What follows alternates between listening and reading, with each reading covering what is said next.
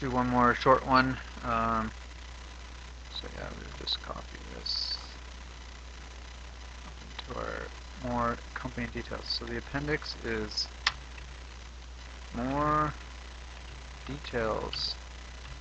And I want to say these are still value added details.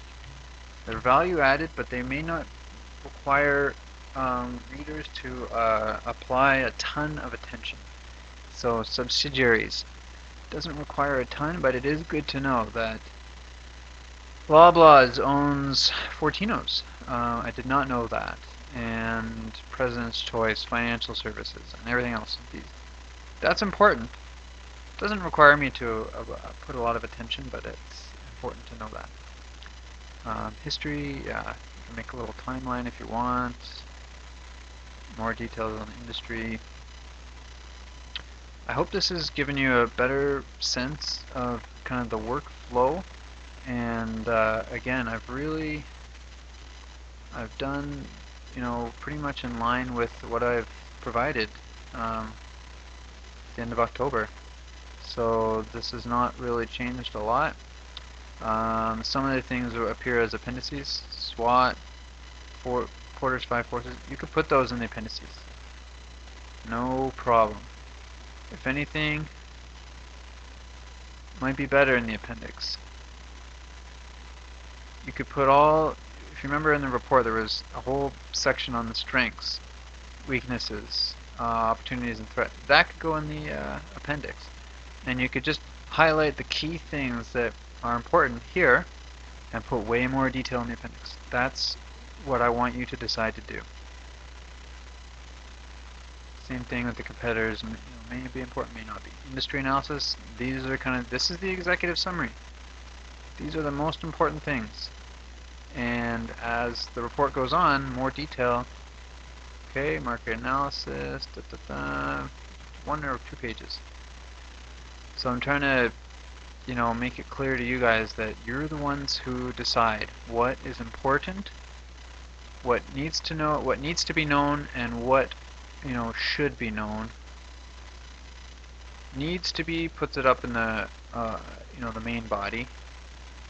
What is good to know, or should know, or things that go in the appendix. Good to know. Doesn't need to be known. And then the executive is a 1-pager.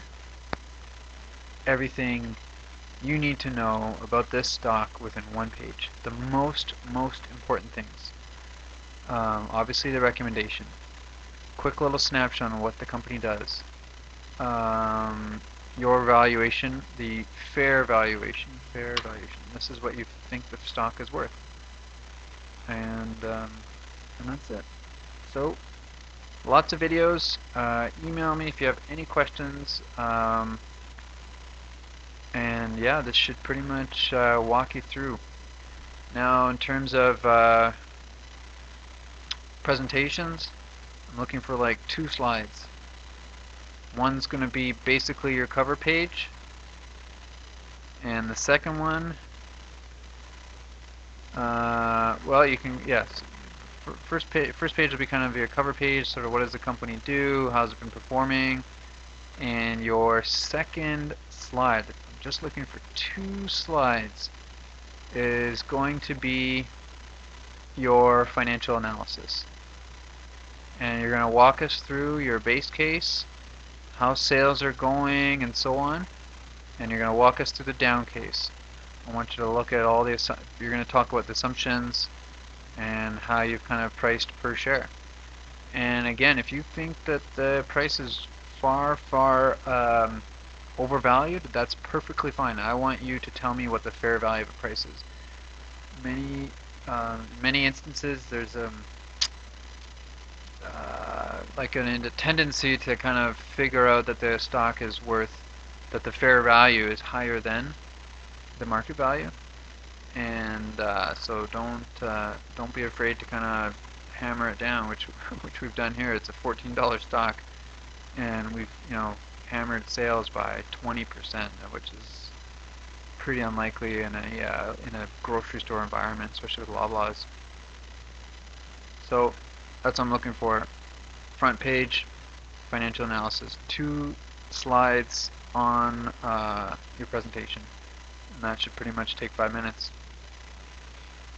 Okay, email me if you have any questions. Try to help you out as we go along.